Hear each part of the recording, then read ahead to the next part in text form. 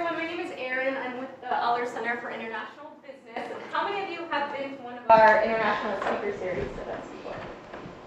That's it. How many of you, this is your first one? Oh, wow, welcome. All right, well, this is the third one this spring for us. And we are pleased to have with us Rachelle Snook. She's the Global Talent Acquisition Manager for WD-40. And she graduated with her bachelor's in business administration with accounting and finance from the University of Maryland. And I asked her, how did you get into corporate recruiting? It's kind of interesting. The first job she took after college, she was doing accounting for a family-owned company. And they had a high-end coffee retail business and also wholesale fashion. Yeah. So she ended up doing HR. I mean, it's a small company. She wore many hats. She ended up doing interviewing for baristas and for catwalk models.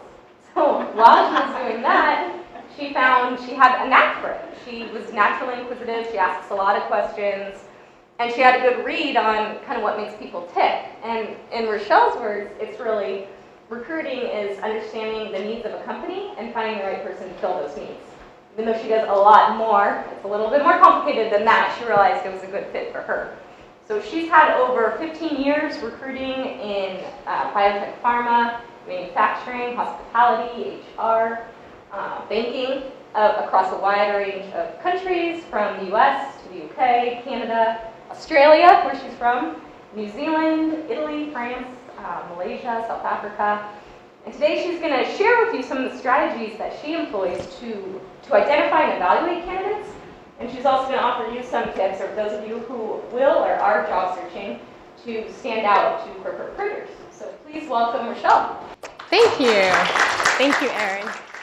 And special thanks to Erin for pulling all this together, the lunch and the event, and coordinating me across different time zones. Thank you very much. It's a pleasure to be here. Thank you all for coming. I have to say this is one topic that I'm absolutely passionate about. I love people, love talent, and in retrospect, I probably should have studied psychology rather than business. It may have stood me in good stead. Maybe I could have done a double major.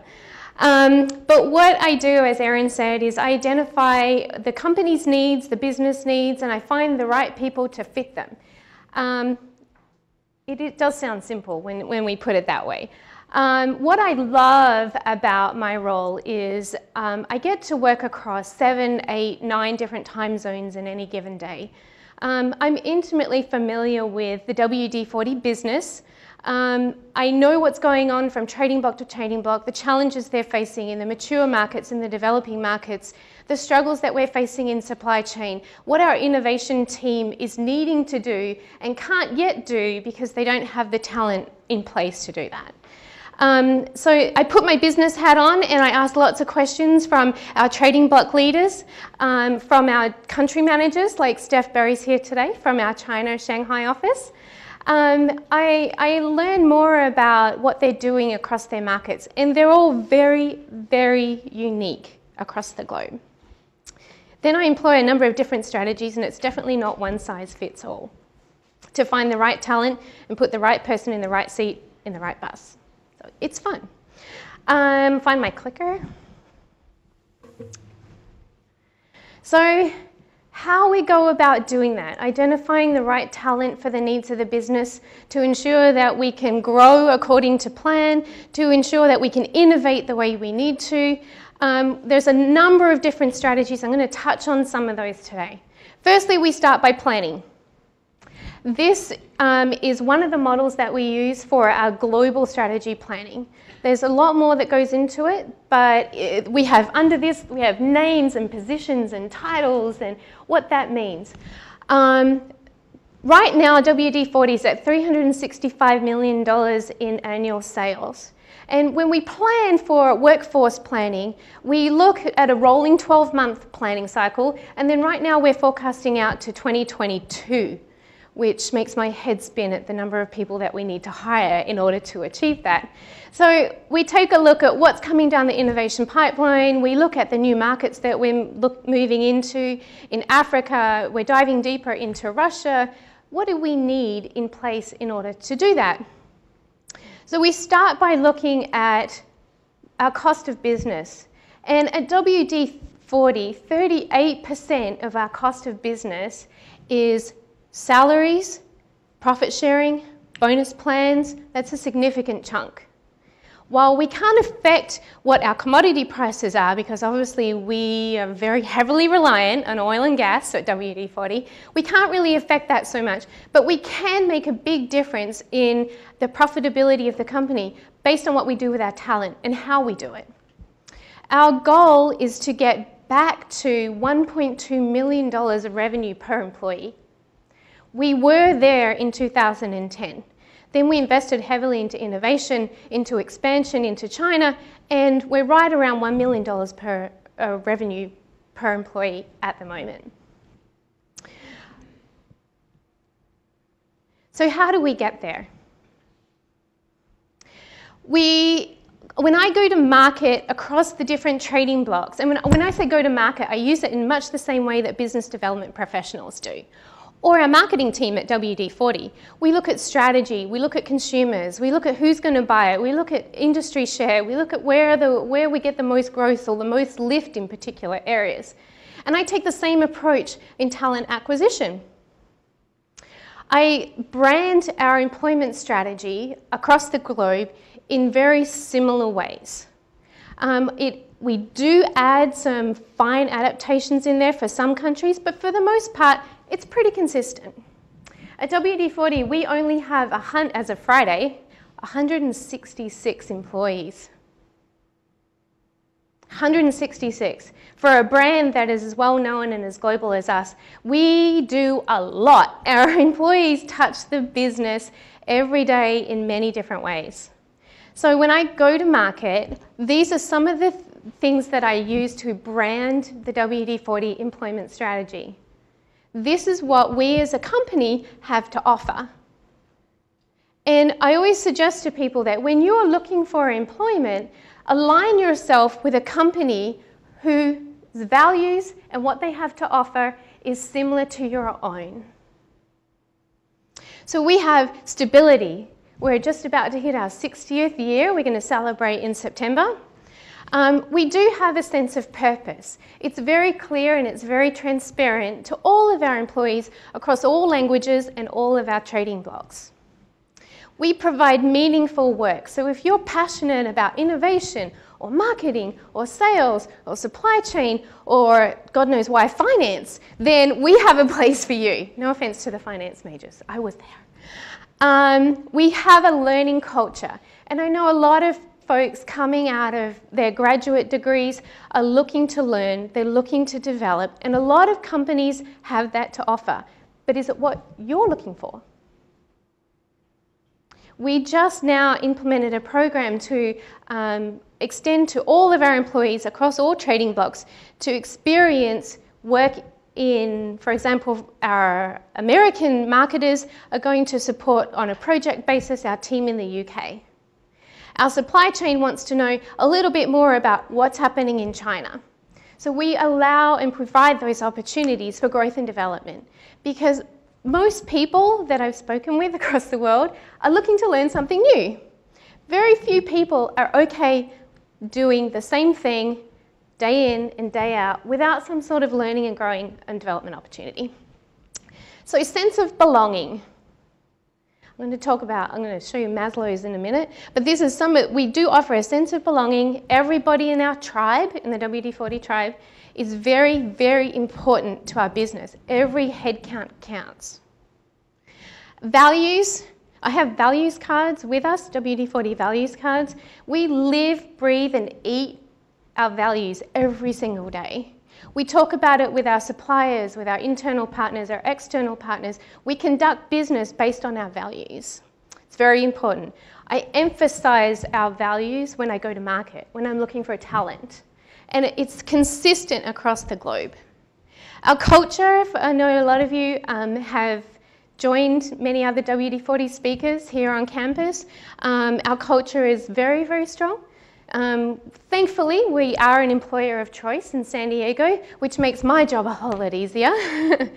Our brand attraction. A lot of people like to look for or work for a company that has a really strong brand, that is a premium brand and one that can be trusted. We have that to offer at WD-40, and our work-life balance, which is questionable at different times of the year. I'm just going to say that. Right, Steph? Yes. Getting nods. It's not life-work balance, work-life balance. Work-life balance, yes, whichever way. Well, I'm Australian, obviously, and we work to play, and we play really hard. So we do find a nice balance of that at WD-40, absolutely.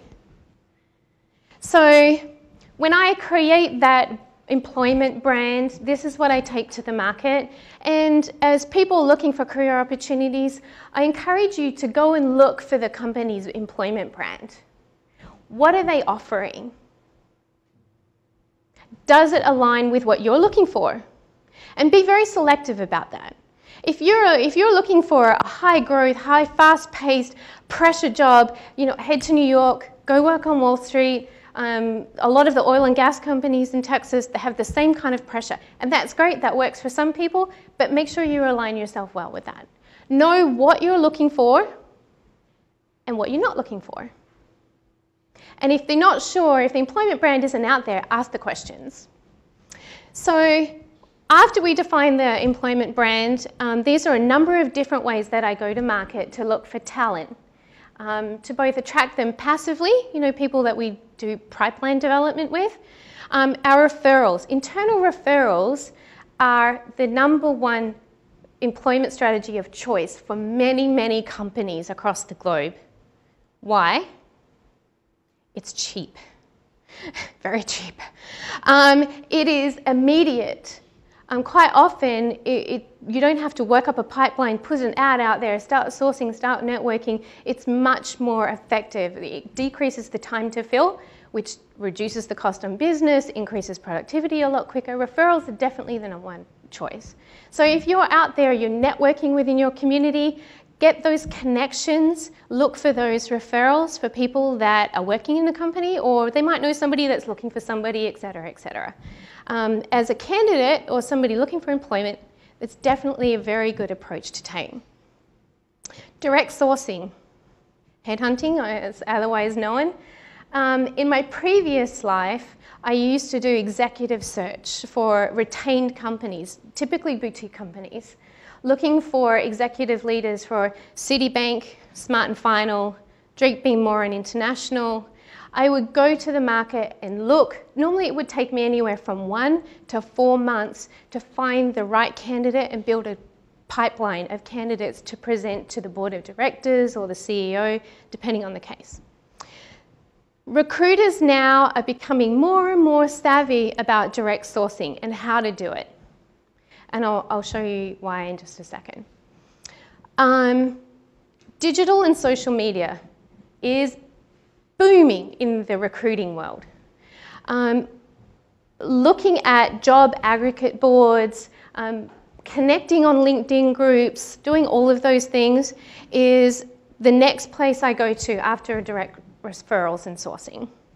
And our agency partners, if I can't find what I'm looking for, the talent that we need to grow the business, I will reach out to staffing agencies, some of those headhunting firms across the globe. We have a number of relationships. We're using this less and less. The reasons being is that nobody can understand our business the way that we can. While they do a really good job at asking questions and understanding our culture, it's easier for our leaders and our recruiters to go to market themselves. As a job seeker, the important thing to know about working with external partners is that typically there's 2 different types. One is a retained, means that the company will pay upfront for the search, to conduct the search to fill the position. The other one is contingency. And I've worked both sides of the fence. They're both equally as hard and bring their own challenges. Contingency recruiters will only get paid if a person is placed at a company. The fees range from 15 to 45% of the first year base salary. Huge numbers. So if we're hiring an IT professional, IT is normally on the higher end, an IT professional at $100,000 base salary, we're having to pay $45,000 out of pocket for that placement. So that's why we're trying to use less and less, obviously, affecting our cost of business, agency partners in our search. But as job seekers, I highly encourage you to go to the agencies, be very selective about the agencies you work with, know if they're a retained recruiter or if they're a contingency recruiter, and what kind of companies they typically work with. And campus recruiting. I'm sure that USD does a lot of campus recruiting, right? Yes, okay. A lot of the big companies I know, UPS, Marriott, Qualcomm, Facebook, they all are very, very aggressive in the campus recruiting arena. For smaller companies like WD-40, it's very expensive and it's not a good investment for us, and given that we hire so infrequently as well. But know as a job seeker, these are all the different avenues that recruiters are using in their search to identify talent. I love Maslow. I insert Maslow into everything I can possibly can. This is one of my new Maslow hierarchies. Look at it over here. We've inserted the social media into the sense of belonging and self-esteem. How cool is that? You stop and think about that for a second.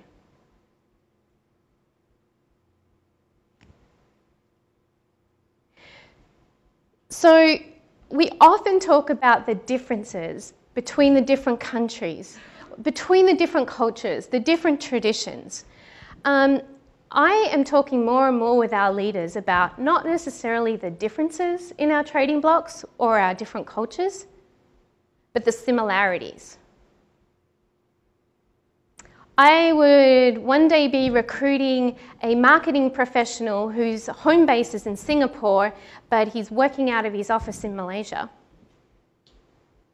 Or the Australian business development professional that is currently in the south of New Zealand, but whose home base is in Melbourne and his office is in Sydney.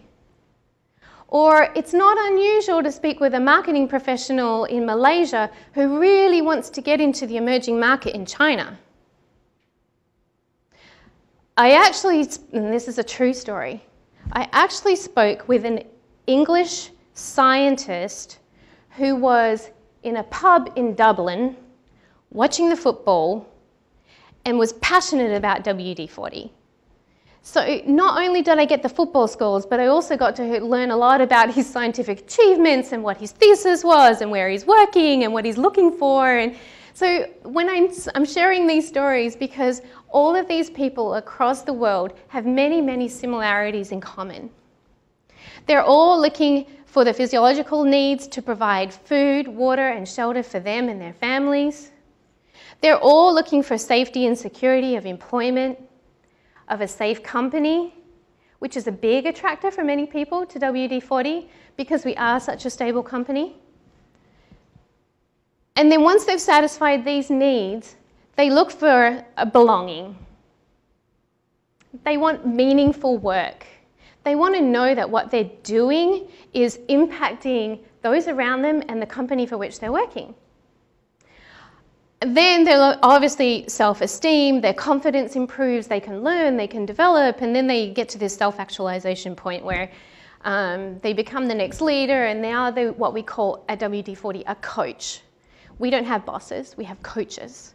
So this is ideally what people are looking for. And as I talk with people across the world in lots of different cultures, the common things that I'm hearing is this.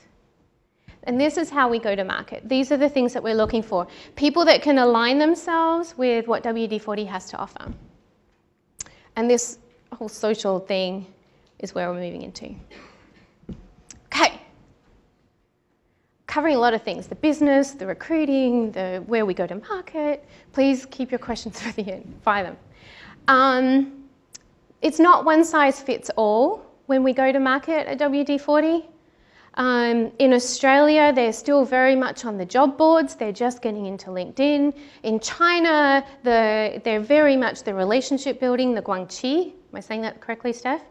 the development of the relationships to identify with business practices and with employment opportunities. In the UK, they're about 10 years behind where we are here in the US with most things. No offense, I am a UK citizen as well. They too are typically looking at the job boards. They're not as involved in the social media as we are here in the US and throughout some of the other Asia Pac areas. The job boards are dying here in the States. We're moving towards the digital and social media of Twitter, LinkedIn. I'm going to talk about that quite in some depth. And Indeed. Indeed is a job aggregate board. So Indeed scrapes all the company websites, and it scrapes Monster, and it scrapes the Ladders and Hot Jobs, and it scrapes all of them, and this is where they post their positions. I highly recommend, if you're looking for a job description, if you're looking for different career ideas, Indeed is a great resource. They have something of everything for everybody. Craigslist in the US, believe it or not only can you buy a barbecue, but you can also find a job. And it's a great resource for us. When you put in yourself in the minds of recruiters, it's very inexpensive too. $25 to list a position on Craigslist, which is also scraped by Indeed, versus $300 to $400, $375, $400 to post a position on Monster. 10 years ago, we used to do a lot of association recruiting. We would reach out to the Supply Chain Management Association, the Chemical Professionals of America, lots of different associations. This is becoming less and less too, because they're just as expensive as Monster. And we're finding a lot of people in a smaller economy are transitioning from one career or one industry to another, and so we're doing less of this. Seek is if you're looking to work in Australia, this is the place to go. It's much like Indeed. Okay. So as an employer, what do you do? Where do you go? If you're hiring for IT professionals, Craigslist, hands down. Dice.com is $400 per posting, but you'll get just as good results on Craigslist. So in the developing markets, I typically will work on job boards and networking and social media, which is very inexpensive. In the more mature markets like the US, it's Indeed and some of the aggregate boards, depending on the market, where we go, what makes sense for the talent that we're looking for. Like Maslow's hierarchy, I love the iceberg. And I'm sure you've seen this used in many different ways. Recruiters know that the A players are always employed and always will be employed. That's representative here on the bottom of the iceberg. The majority of good talent is not only passively looking for jobs, sitting at their desk, enjoying what they're doing, but in the back of their mind, they're wondering, what else is out there? What would I do if Indeed or Facebook contacted me? Would I consider an opportunity with them? What if WD-40 said, I have an opportunity for you to join our global supply chain management team? These are the passive candidates that, as headhunters, we like to look for, because they're currently working, we know they have proven performance, and we want to attract them any way we can. Up here on the top of the iceberg, is the active seeking candidates. Typically not our first place to go, depending on the position.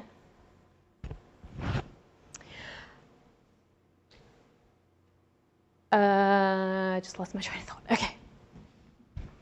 So Indeed is becoming the resource for recruiters and global talent acquisition teams across the world. The reason being is that it's inexpensive and it opens you up to all of the 200 million members in their database. The other thing it also does is it allows us to look for these people here on the bottom of the iceberg. If I post something on one of the job boards, I'm going to find the candidates there that are going to apply are these folks, which we could find some great talent there, but I want to look for some of these folks with the experience and the track record. The other thing Indeed has to offer global companies is 63% of its membership is outside of the US. It has incredible language capabilities, 18 languages, 200 companies. In China, 3 million members. So a lot of the traditional resources that are available to us in the US are not available in China, like Facebook. So LinkedIn is open to those networks there. The UK is the third largest member database at $10.4 million people. The other thing that is really attractive for us is the unique visitors that it gets to its career pages and its job listings. So it's not just a networking site. LinkedIn also has a very, very comprehensive listing of global positions and job announcements. Here's a quick schematic of what it looks like. They are growing very, very quickly.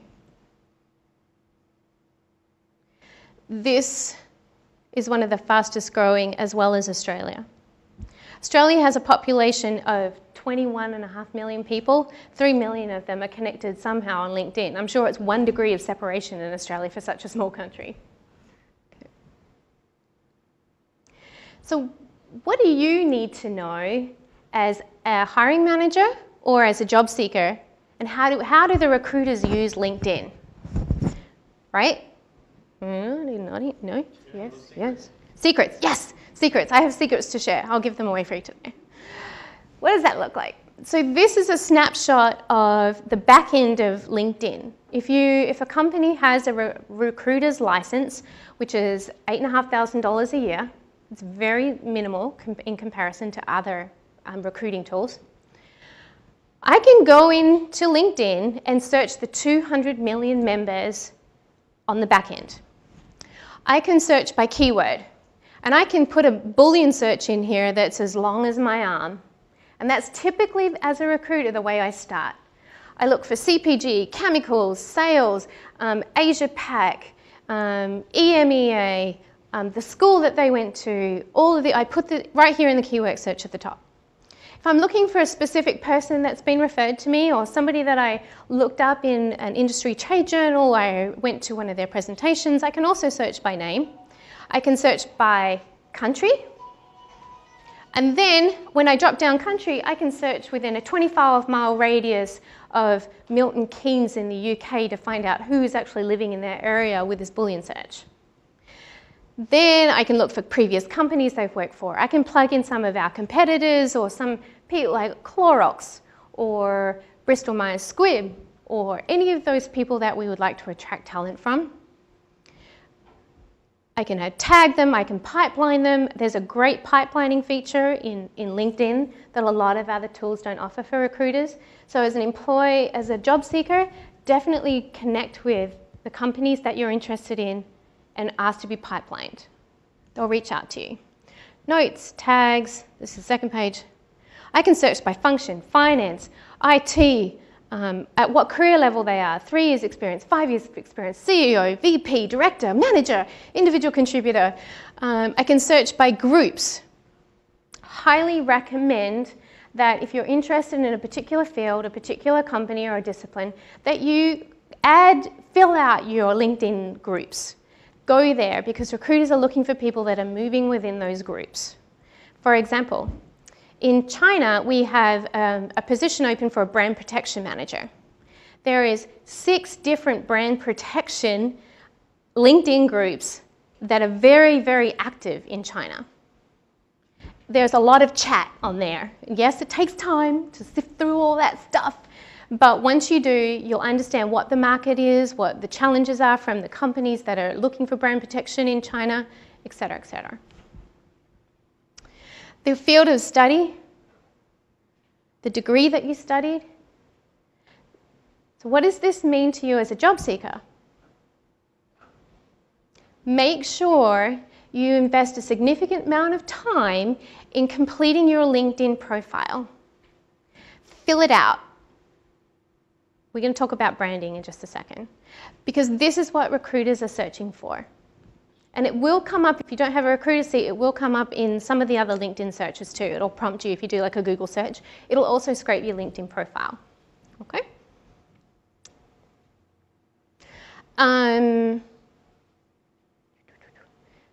So what do we look for? It's in a global economy, our talent pipeline is shrinking, especially in China and in some of our developing markets, where skilled talent is becoming more and more difficult to find.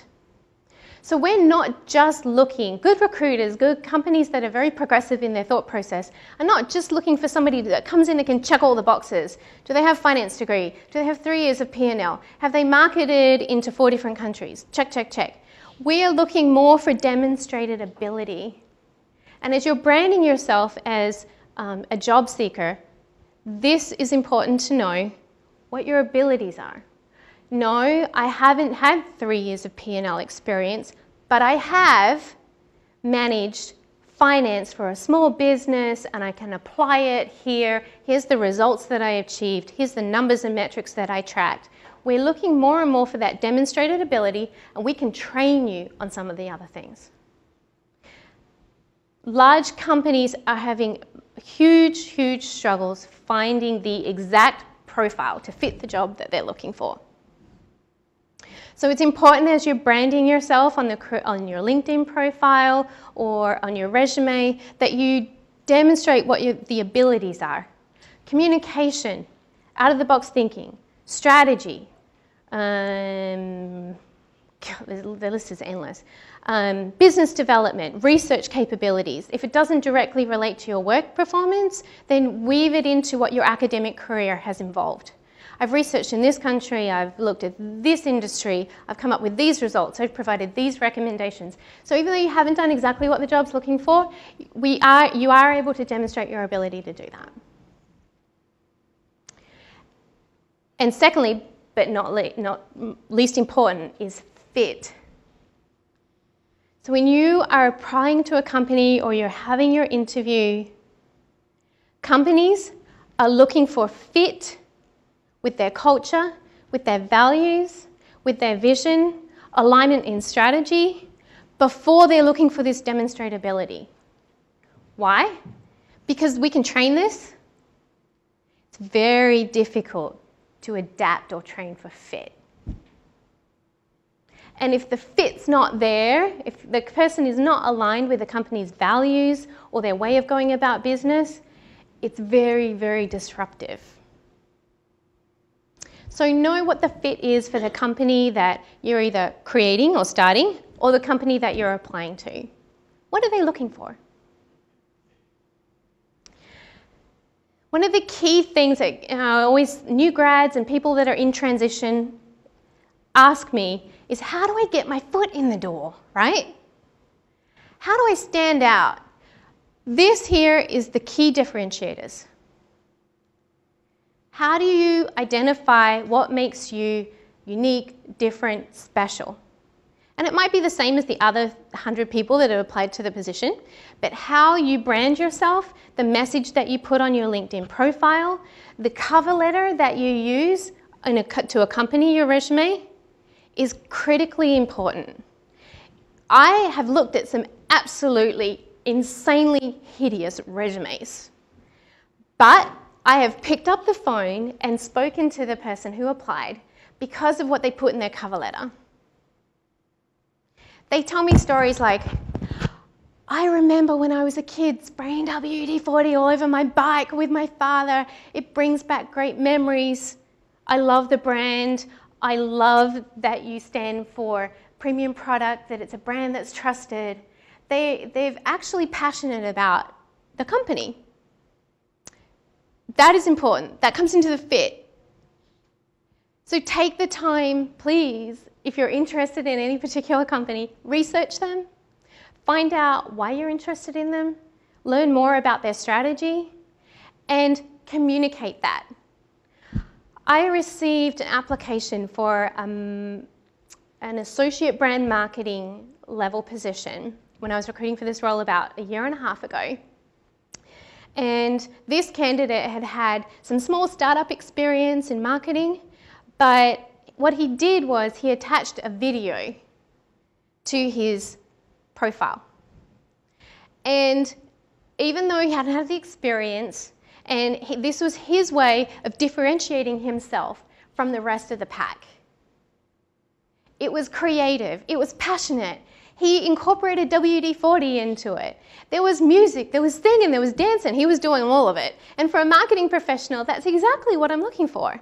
Even if they don't have relevant CPG experience, that's what we need on our team. People that can be passionate and can own it and act on it.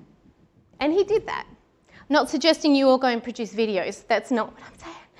But whether it's on your resume or your LinkedIn profile, networking with people, what is your brand? How much do you read the recommendations on LinkedIn profiles? That's the first place I go. And is it the number or the quality that makes it? Quality. Yeah, because a person can put on their LinkedIn profile whatever they want to put, and I've seen some very embellished LinkedIn profiles. But what other people say about them is more valuable to me than whatever's written on their resume. It's exactly where I go first. How about the endorsements? It's a little easier to click, you know. Our CEO just clicked a few times for me the other week, and while I emailed him and expressed thanks for the endorsements, it's easier for people to do that. So I don't typically look at them. The important thing to know about your resume is, on average, it takes me, does anyone have a guess how long it takes me to read a resume? 20 seconds. Ooh, close. Anyone else? 1 minute for a cover letter. 30 to 45 seconds. So don't go cramming a bunch of information in there that I have to sift through. And if you do, make sure you highlight it, because I'm going to scan it. It's going to take me 30 to 45 seconds to scan the resume. Then I'll jump over to, if I like it, I'll go back and look at it again. Then I'll immediately go over to LinkedIn and look at the recommendations. If I like what I see on the resume, hit some of the key highlights, and if they attach a cover letter. I would say on average, 25 to 30% of job applicants actually attach a cover letter. In regards to LinkedIn, in your particular position, Mm-hmm. do you get, let's say, false applications? Because LinkedIn is well known for scam artists. No, I haven't yet. Not anybody phishing there or so? No. Mm-mm. And they do have, you know, credibility in terms of their membership and their profile and what people are putting in there. I mean, they're talking about their professional careers, right? So if I'm looking for them, no, I haven't found any scams like that, and I haven't been approached yet. Touch wood. Wouldn't be surprised if it came out of China. No offense, Steph. Uh-huh. Yes. Somebody posed as he could do this and never was it. That typically comes out through the hiring process, or the minute they pick up the phone and speak to somebody, I'll ask them very specific questions about their demonstrated abilities, and that typically will come out very early on if it does, but no, I haven't done that.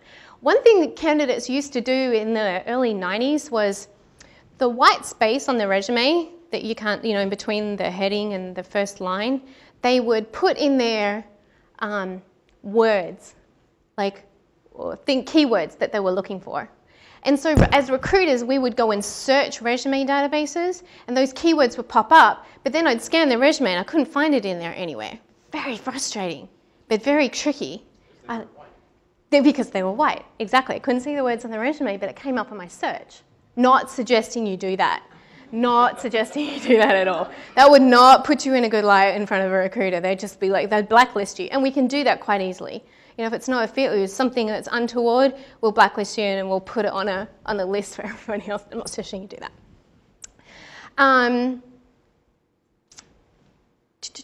Okay. So defining your employment brand. How do you define it? Ask your friends, ask your family, Ask your boss, ask your colleagues, what do you think my employment brand is? Where is my value?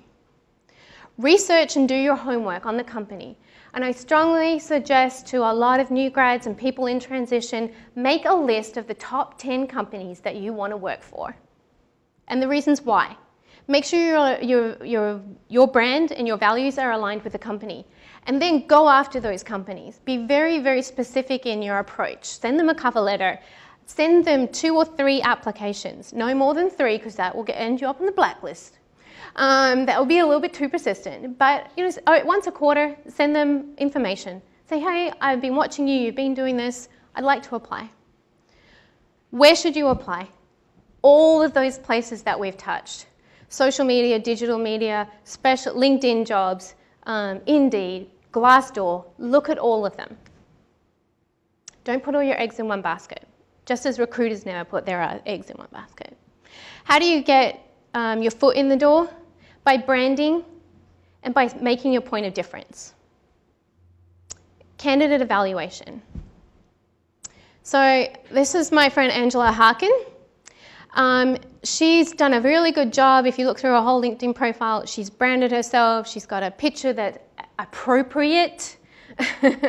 No inappropriate pictures. What she's doing, what she's looking for. She talks about her values, and she's got very, very extensive recommendations. We're continuing with the theme of branding. If you're looking to work in hospitality, this might be a great approach on your resume. Not saying that all of us have the talents to do this, but it's definitely something to consider. If you're in marketing, you can come up with something very unique and different. These are resumes, believe it or not. If you're applying to Google for one of their analytical positions, this might be a good approach. If you're applying to WD-40, please do not consider this approach. This will be less than 30 seconds for me. This is a marketing professional, and he's got lots of cultural stuff going on here. Very interesting. So when talking about your branding and what that point of differentiation is, this is a traditional resume. This would take me about 20 seconds to review. This is a little different. Okay, I'm not saying that we all have the creative geniuses in ourselves, but it calls out some of the key branding elements, talks about some of the key skills, what they're looking for, contact information, just a little different.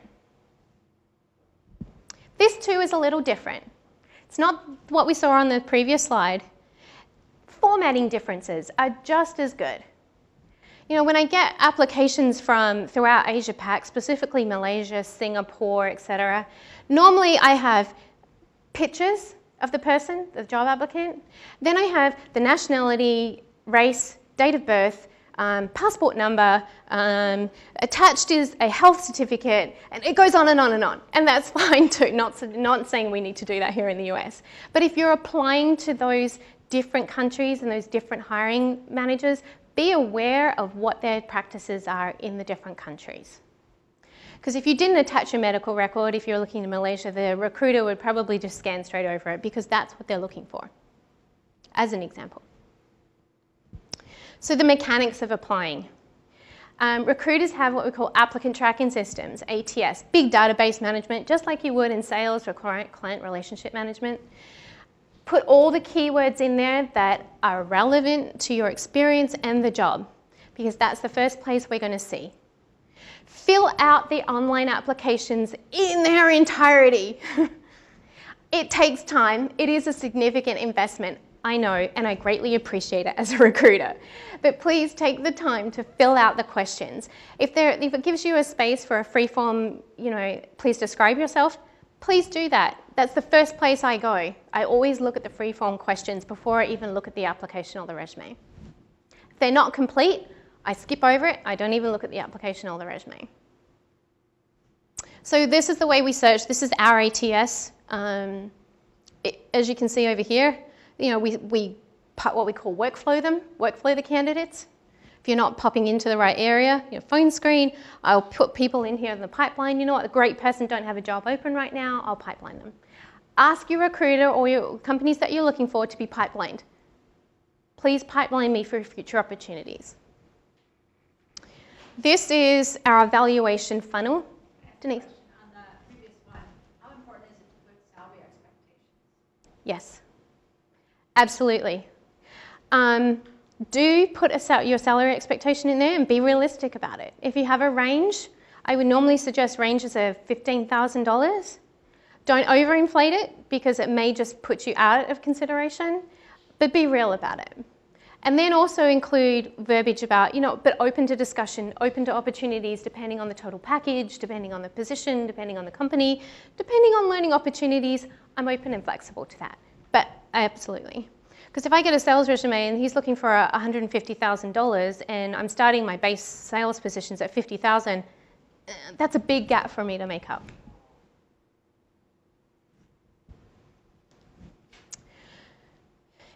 The minute you touch a company, you're being evaluated.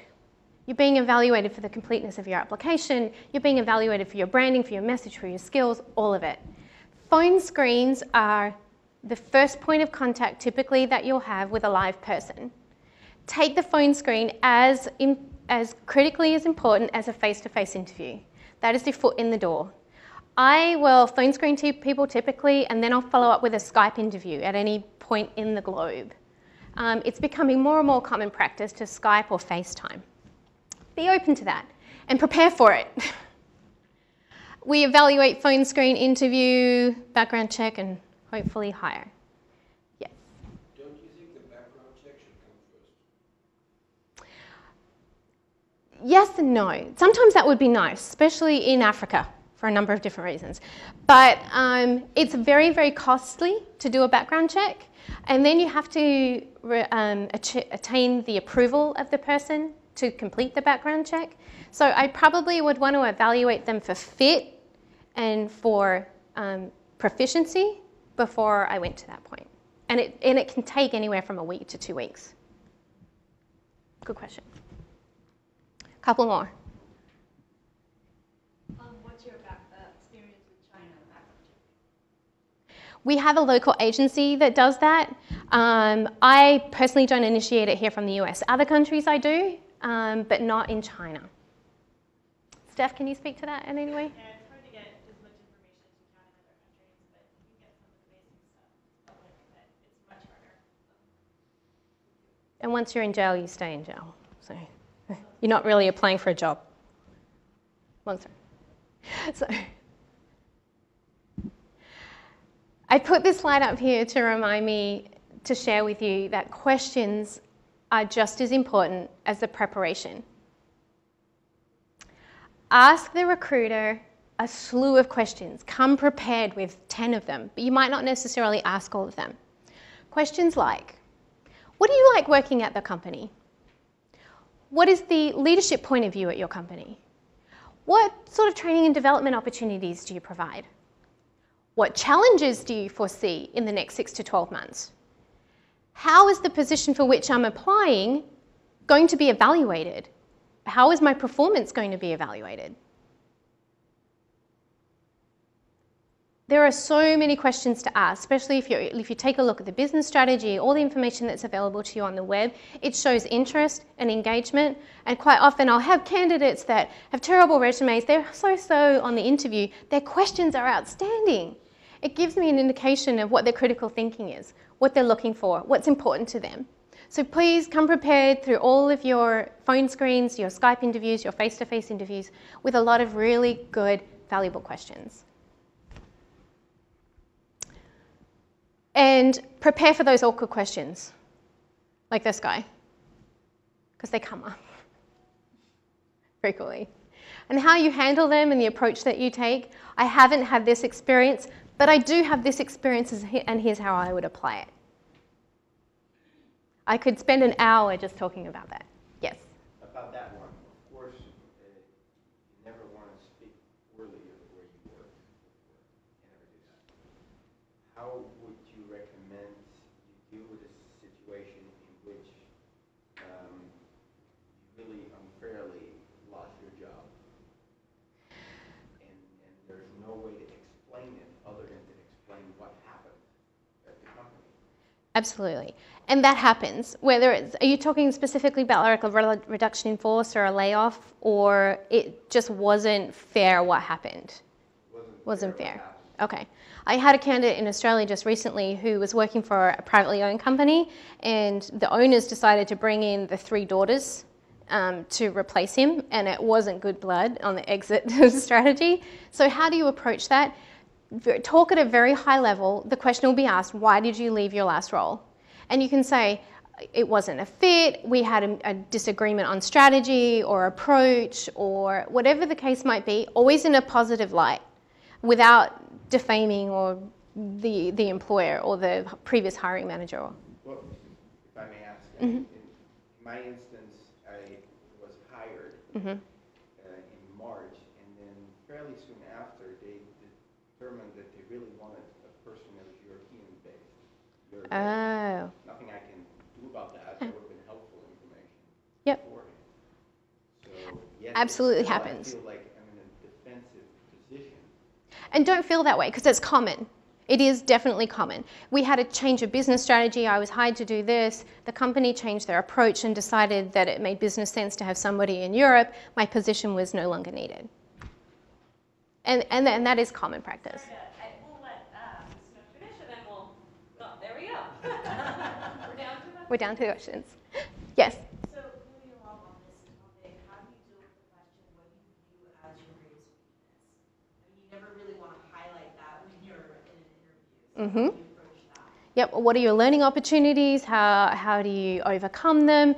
And I always like to hear, you know what, I've identified, I want to grow in this area. If you put it like as a growth opportunity instead of a weakness, say I haven't had experience doing ABC, that might be a weakness. For example, financial analysis. I haven't had a lot of experience. I would like to learn more about it. I think this is a growth opportunity for me. That's, I think, the best way to approach the weakness question. And often, I always like to ask, what do you want to learn? And for those candidates that say to me, I'm good, I got it. We will always be learning, right? Even my 87-year-old grandmother who still runs her own business learns something new every day. We're always learning. So think about what you would like to learn and how to communicate that, and then ask, do you have those learning opportunities available? And if they say, no, we don't, we'll go, I'm looking at, evening programs, I'm considering enrolling in a certificate to do this, I'm partnering with this coach or this mentor, because this is an important area for me. Good question. What tools would you be able to share with someone like me to get all the forms and everything that I may need down the road? A lot of hiring forms. And each country has different application process. For example, in France, you can't post something in English, it has to be in French. There's a lot of regulatory requirement about hiring and forms. So I suggest you reach out to labor law attorney or an HR contractor in the area or country that you're looking for. You can find applications online that you could use as a template. We do have a very general template at WD-40. In the UK, for example, you can't require them to enter dates of employment because that would lead to imply their age. It's very complicated. That would be my suggestion. Reach out to a local HR outsourcing firm. Mm-hmm. Same for the background checks. Very complicated and highly regulated. Good questions. Yeah. How do successful candidates approach the work-life balance question while still communicating that they're a hard worker? Good question. Let's see. Most companies understand the need for that work-life balance now. They really do. And it's part of their retention strategies because we found, a lot of the big global international companies were losing employees. At WD-40, our America's turnover is at about 7%. Globally, we're about 10%. 7% is very healthy for a company. So they found that they were turning over their employee population 25, 35, 40% because of burnout. So most companies are very, very cognizant of the work-life balance. Ask what programs they have available. Ask the recruiter, what is your company philosophy or strategy to work-life balance? And then I I'll always want to hear, I'm dedicated, I'm passionate, I'm going to provide results for you, but I'm not going to work 7 days a week. And that's okay too, because now you understand what your values are and what your branding is, and you need to find that alignment with the company that you're working for. Like if you're going to one of the big 5 accounting firms to answer that way, they would say, thank you, no thank you. We're looking for somebody that's willing to invest 45 to 60 hours a week regularly. So that's a great question to ask. Yes, fully billable. Yes. You can be here 60 hours a week and I want you to bill 55 hours a week. Yes. But it's a great question to ask because you're interviewing the company just as much as they're interviewing you. You need to find that alignment with your next employer and your next coach. It's important. And typically, if you find that alignment, it's a very successful partnership. What other global companies in San Diego have the same sort of an outlook as WD-40? That's the question of the day. Well, I'm trying. I know.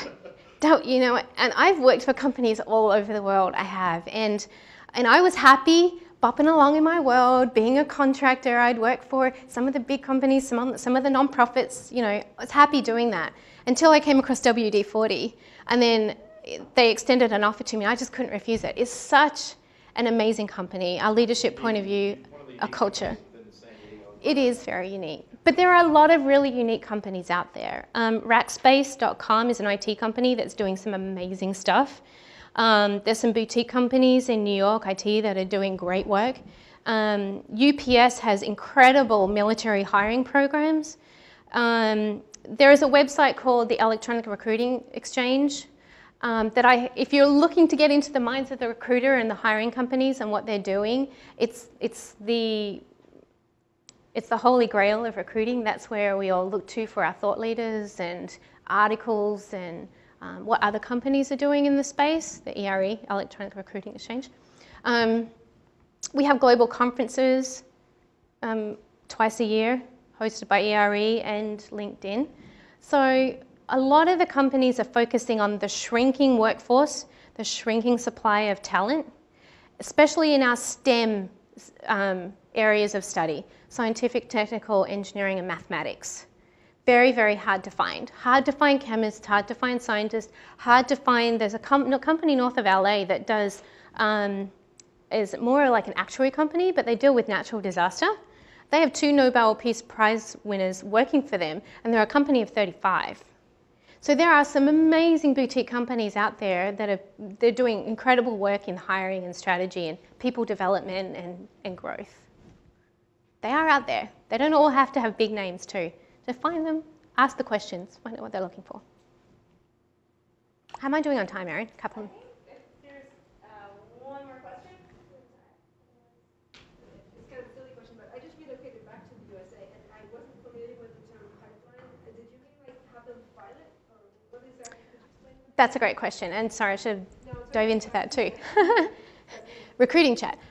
Pipeline of candidates is ideally where we want to hire from. We identify candidates, both passive candidates at the bottom of the iceberg and active candidates that, while we think they are incredibly talented and they could have a place in the company, we don't have an opening right now. So we keep them warm, we stay connected with them, we ask them to link us in, to check back to our career site frequently. We pipeline them, and that pipeline of candidates is typically, in an ideal world, where I want to hire from. Because when my marketing director calls me and says, I have a job opening for an associate brand manager, I dive, that's the first place I go, into my pipeline or into the candidates that are pre-screened and that I already have a relationship with and have evaluated them. And I go, here you go. Thank you very much. Thank you.